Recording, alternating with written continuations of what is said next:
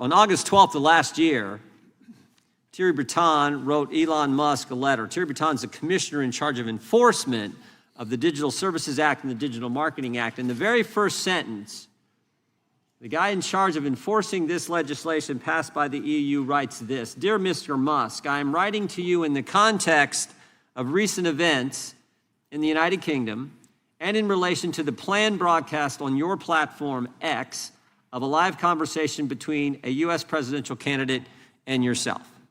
So think about it. The guy in Europe in charge of enforcing a European Union law writes an American about an American company, about an American election, and he says the context for the letter, the reason for the letter, are events that are happening in the UK, a non-European Union country. That's not Europe trying to influence what happens here. I don't know what is. He goes on throughout the letter and says this: measures need to be taken to combat disinformation. He said this to Mr. Musk.